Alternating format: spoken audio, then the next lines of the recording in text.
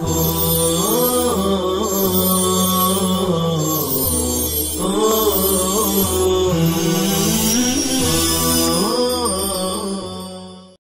اللہ الرحمن الرحیم الحمد للہ رب العالمین الحمد للہ حمدا کثیرا طیبا مبارکا فی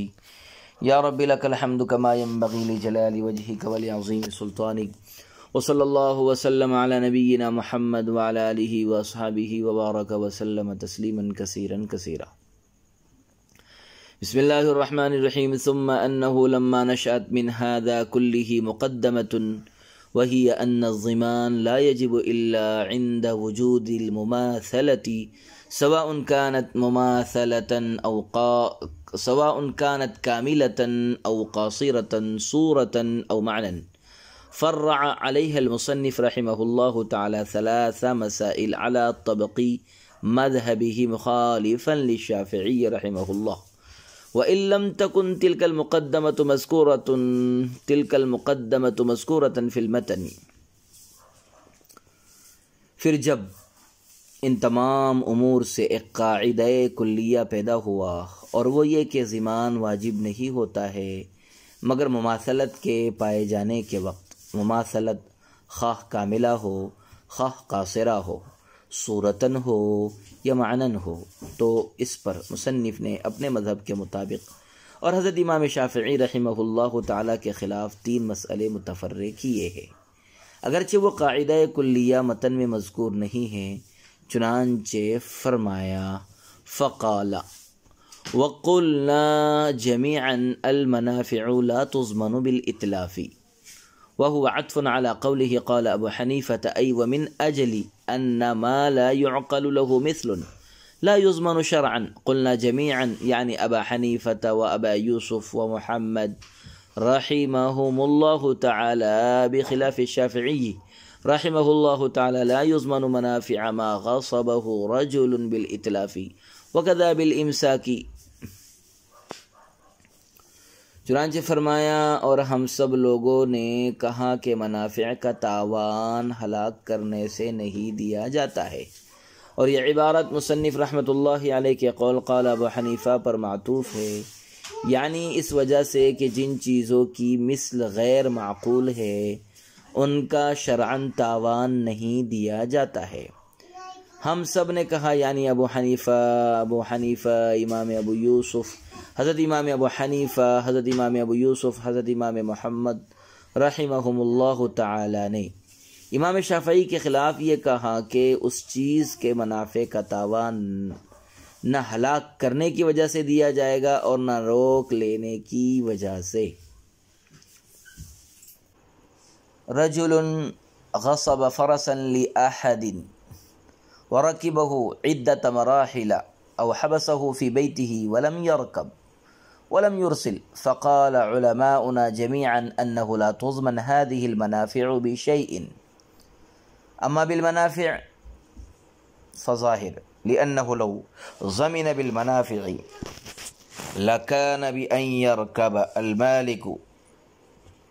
دابة الغاصب قدر ما ركب الغاصب أو يحبسه قدر ما حبسه الغاصب،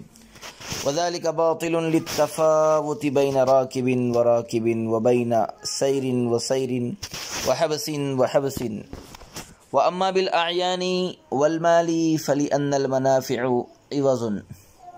لا يبقى زمانين وغير متقوم، بخلاف المال فلا تماثل بينهما.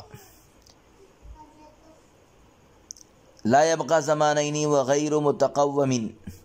وغير متقوم بخلاف المال فلا تماثل بينهما. وإنما ضمناها بالمال في الإجارة لأن للرضا تأثيرا في إيجاب الأصول والفضول جميعا ولا تأثير للعدوان فيه. جیسے کسی شخص نے غصب کیا،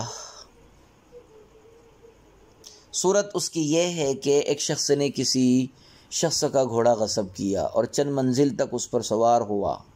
یا اس غاصب نے اپنے گھر میں روک لیا اور اس پر نہ سوار ہوا اور نہ اسے چھوڑا، تو ہمارے تمام علماء نے فرمایا کہ یہ منافع کسی چیز کے ساتھ مضمون نہیں ہوں گے۔ بہرحال منافع کے ساتھ تو ظاہر ہے، کیونکہ اگر منافع کے ساتھ تاوان دیا جائے تو اس کی صورت یہ ہوگی کہ مالک غاصب کے جانور پر اتنی ہی مقدار سوار ہوگا جتنی مقدار غاصب سوار ہوا تھا،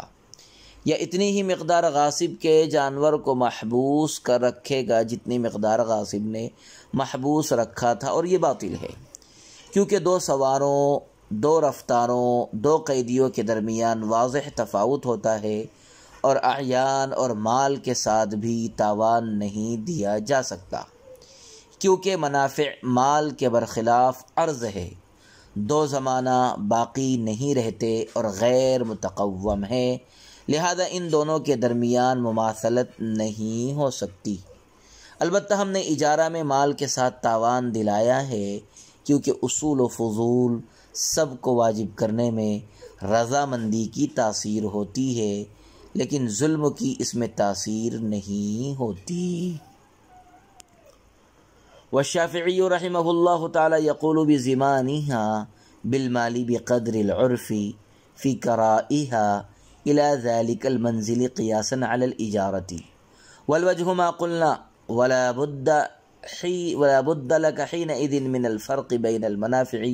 والزوائد، فالمنافع كركوب الداب والحمل عليها، والزوائد كالنسل للدابة واللبن لها والثمرة للشجرة ونحوها، فالمغصوب بنفسه يضمن بالهلاك والاستهلاك جميعا، والزائد تضمن بالاستهلاك دون الهلاك، والمنافع لا تضمن بالاستهلاك والهلاك، فعبر المصنف رحمه الله تعالى عن الاستهلاك بالإتلاف ولم يذكر الهلاك وهو الحبس وهو غير مضمون قياسا على الزوائد، فإن الزوائد لما لم تضمن بالهلاك فالمنافع أولى ألا تضمن به، وهذا الفرق مما يتخبطه فيه كثير من الناس، فإن الزوائد لما لم تضمن بالهلاك فالمنافع أولى ألا تضمن به، وهذا الفرق مما يتخبط فيه كثير من الناس۔ اور حضرت امام شافعی رحمہ اللہ تعالی اجارے پر قیاس کرتے ہوئے اس قدر مال کے ساتھ منافع کے تاوان کے قائل ہے جتنا کہ اس منزل تک جانور کے کرایہ میں لوگوں کا عرف ہو، اور وجہ وہی ہے جس کو ہم بیان کر چکے ہیں، اور اس وقت تیرے لیے منافع اور زوائد کے درمیان فرق ضروری ہے۔ پس منافع جیسے جانور پر سوار ہونا اور اس پر بوجھ لادنا، اور زوائد جیسے جانور کا بچہ اور اس کا دودھ اور درخت کا پھل وغیرہ۔ پس مغصوب بنفسی ہی ہلاک ہونے اور ہلاک کرنے دونوں کی وجہ سے مضمون ہوگا، اور زوائد ہلاک کرنے سے مضمون ہوں گے نہ کہ ہلاک ہونے سے، اور منافع نہ ہلاک کرنے سے مضمون ہوں گے اور نہ ہلاک ہونے سے۔ چنانچہ مصنف رحمۃ اللہ علیہ نے استہلاک کو اتلاف کے ساتھ تعبیر کیا ہے، اور ہلاک ہونے یعنی حبس جو غیر مضمون ہیں زوائد پر قیاس کرتے ہوئے ذکر نہیں کیا، کیونکہ جب زوائد ہلاک ہونے سے مضمون نہیں ہوتے تو منافع بدرجہ اولا ہلاک ہونے سے مضمون نہ ہوں گے، اور یہ ایسا فرق ہے جس میں بیشتر لوگ بھٹکتے پھرتے ہیں۔ عزیز طلبہ اکرام، شارح نور الانوار ملا جیون رحمۃ اللہ علیہ نے فرمایا کہ سابقہ تفاصیل سے ایک قاعدہ کلیہ ہاتھ آ گیا۔ قاعدہ کلیہ یہ ہے کہ کسی شے کا تاوان اسی وقت واجب ہوگا جب کہ اس کا کوئی مماثل موجود ہو، مماثل خواہ کامل ہو خواہ قاصر ہو، صورتاً ہو یا معنن ہو۔ اگر کسی بھی طرح کی مماثلت موجود نہ ہو تو اس کا تاوان واجب نہ ہوگا۔ فاضل مصنف رحمۃ اللہ علیہ نے 3 مسائل اپنے مذہب کے مطابق اور امام شافعی کے مذہب کے خلاف اسی قاعدہ کلیہ پر متفرع کیے ہیں۔ اگرچہ قاعدہ کلیہ صراحتاً متن میں مذکور نہیں ہے، ان میں سے پہلا مسئلہ یہ ہے کہ علماء احناف کے نزدیک منافع کو ہلاک کرنے کی صورت میں ان کا تاوان واجب نہیں ہوتا، اسی طرح ہلاک ہونے کی صورت میں ان کا تاوان واجب نہ ہوگا۔ لیکن حضرت امام شافعی رحمہ اللہ تعالی کے نزدیک منافع کا تاوان واجب ہوتا ہے۔ اس مسئلے کی صورت یہ ہے کہ ایک شخص نے کسی شخص کا گھوڑا غصب کیا اور چند منزل تک اس پر سوار ہوا، یا غاصب نے اس گھوڑے کو اپنے گھر میں روک لیا اور اس پر سوار نہ ہوا اور نہ اس کو چھوڑا، تو اس صورت میں علماء احناف کہتے ہیں کہ ان منافع کا تاوان کسی چیز کے ساتھ نہیں دیا جائے گا۔ منافع کا تاوان منافع کے ساتھ نہ دیا جانا تو ظاہر ہے، کیونکہ اگر منافع کے ساتھ تاوان دیا جائے تو اس کی صورت یہ ہوگی کہ مالک یعنی مغصوب منہ غاصب کے گھوڑے پر اتنی ہی منزل سواری کرے جتنی منزل غاصب نے مالک کے گھوڑے پر سواری کی ہے، یا مالک غاصب کے گھوڑے کو اتنی ہی دیر محبوس کرے گا جتنی دیر غاصب نے مالک کے گھوڑے کو محبوس کر رکھا تھا، اور یہ چیز باطل ہے، کیونکہ مالک کے گھوڑے سے غاصب نے جو منافع حاصل کیے ہیں یا جو منافع روک لیے ہیں ان کے درمیان اور ان منافع کے درمیان جو مالک نے غاصب کے گھوڑے سے حاصل کیے ہیں یا جو منافع مالک نے روک لیے ہیں کوئی مماثلت نہیں ہے، اس لیے کہ دو سواروں کے درمیان بڑا تفاوت ہوتا ہے، اس طور پر کہ ایک سوار ایسا ہے جو سواری کرنے کے تمام اصول و ضوابط سے واقف ہے، اور ایک ایسا اناڑی ہے جو سواری کرنے کے قواعد سے قطعا ناواقف ہے۔ بس پہلے سوار کی وجہ سے جانور کو کوئی تعب اور دقت نہ ہوگی، اور دوسرا سوار خود بھی مرے گا اور جانور کا بھی ستیہ ناش کر دے گا۔ اسی طرح دو رفتاروں میں بڑا تفاوت ہوتا ہے، اس طور پر کہ جانور کی ایک رفتار تو ایسی ہے جس سے وہ کوئی تعب محسوس نہیں کرے گا، اور ایک رفتار ایسی ہے جس سے وہ تعب محسوس کرتا ہے، اور راستوں کے اختلاف سے بھی رفتار متفاوت ہو جاتی ہے، اور دو قیدوں میں بھی بڑا تفاوت ہوتا ہے۔ مثلا ایک قید خانہ تو ایسا ہے جس میں گھاس، پانی، ہوا وغیرہ کی تمام سہولتیں میسر ہے، اور ایک قید خانہ ایسا ہے جس میں یہ سہولتیں میسر نہیں ہیں۔ بس کہنے کو تو دونوں قید خانے ہیں، لیکن دونوں میں زمین و آسمان کا فرق ہے۔ بہرحال دو سواروں، دو رفتاروں اور دو قید خانوں میں بین تفاوت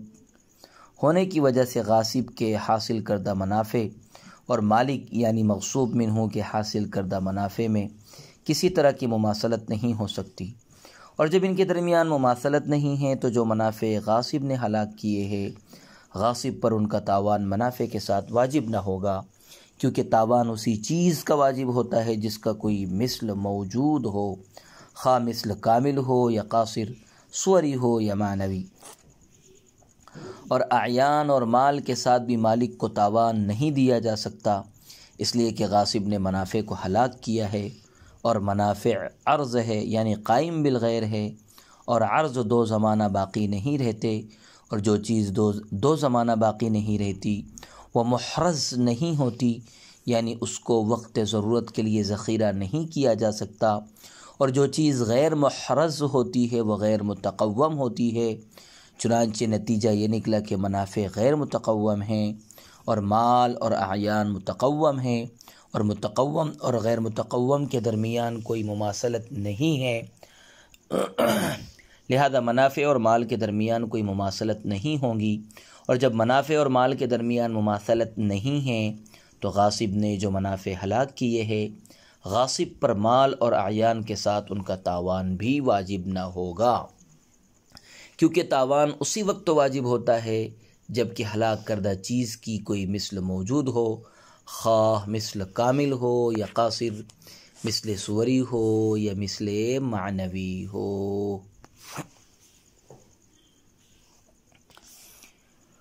وَإِنَّمَا ضَمَّنَّاهَا بِالْمَالِ فِي الْإِجَارَةِ سے ایک سوال مقدر کا جواب ہے۔ سوال یہ ہے کہ منافع بلا شبہ اعراض ہے، غیر باقی اور غیر متقوم ہے، لیکن شریعت اسلام میں ان کے لیے اعیان باقیہ کا حکم حاصل ہے۔ چنانچہ منافع پر عقد اجارہ وارد ہوتا ہے، یعنی اجارہ کی وجہ سے منافع مال کے ساتھ مضمون ہوتے ہیں، حتیٰ کہ اگر کسی نے ایک آدمی کا گھوڑا 10 میل تک سواری کرنے کے لیے 2 روپے کے عوض اجرت پر لے لیا، تو مستاجر جب 10 میل کی سواری لے لے گا یعنی منافع وصول کر لے گا تو اس پر 2 روپیہ بطور عوض واجب ہو جائے گے۔ بس جس طرح اجارے میں منافع مال کے ساتھ مضمون ہے، اسی طرح غصب کی صورت میں غاصب پر منافع کا تاوان مال کے ساتھ واجب ہونا چاہیے تھا۔ اس کا جواب یہ ہے کہ اجارے میں منافع خلاف قیاس باہمی رضامندی سے متقوم ہیں۔ مطلب یہ ہے کہ باہمی رضامندی سے اصل اور فضل یعنی نفع دونوں واجب ہوتے ہیں۔ مثلا 1000 روپے کی قیمت کا غلام 10,000 روپے میں بیچ دیا تو مشتری پر اصل یعنی 1000 بھی واجب ہے، اور فضل یعنی نفع 9000 بھی واجب ہے۔ اسی طرح باہمی رضامندی سے غیر مال کے مقابلے میں مال واجب ہو جاتا ہے، جیسے صلح عن دم العمد، جان بوجھ کر کسی کو قتل کر دیا، پھر قاتل مقتول کے ورثہ سے صلح کر لے تو صلح عن دم العمد کی صورت میں قاتل پر مال واجب ہوتا ہے، حالانکہ یہ مال قصاص یعنی غیر مال کے مقابلے میں ہے۔ اور اگر اسی 1000 کی مالیت کے غلام کو کسی نے غصب کر لیا تو غاصب پر صرف اصل قیمت 1000 روپیہ واجب ہوگی، اور فضل یعنی نفع 9000 واجب نہ ہوگا، کیونکہ غصب میں باہمی رضامندی مفقود ہے اور عدوان یعنی ظلم و ستم موجود ہے، اور بصورت عدوان اصل کا ضمان تو واجب ہوتا ہے مگر منافع کا ضمان واجب نہیں ہوتا۔ خلاصہ یہ کہ اجارے میں منافع چونکہ باہمی رضامندی سے خلاف قیاس متقوم ہیں اور خلاف قیاس پر کسی دوسری چیز کو قیاس نہیں کیا جاتا ہے،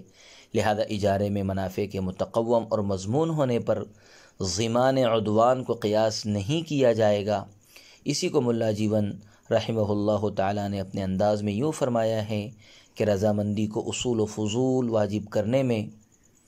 بڑا دخل ہے، لیکن عدوان کو اس میں کوئی دخل نہیں ہے۔ اور امام شافعی رحمہ اللہ تعالیٰ اس مسئلے کو اجارے پر قیاس کرتے ہوئے فرماتے ہیں کہ مال سے منافع کا تاوان غاصب پر اس قدر واجب کیا جائے جتنا کہ عرف میں اس منزل تک سواری کا کرایہ ہے، لیکن ہماری طرف سے اجارہ اور غصب کے درمیان وجہ فرق بیان کی جا چکی ہے۔ وصلی اللہ وسلم علی نبینا محمد وعلى آلہ واصحابہ وبارک وسلم تسلیما کثیرا کثیرا۔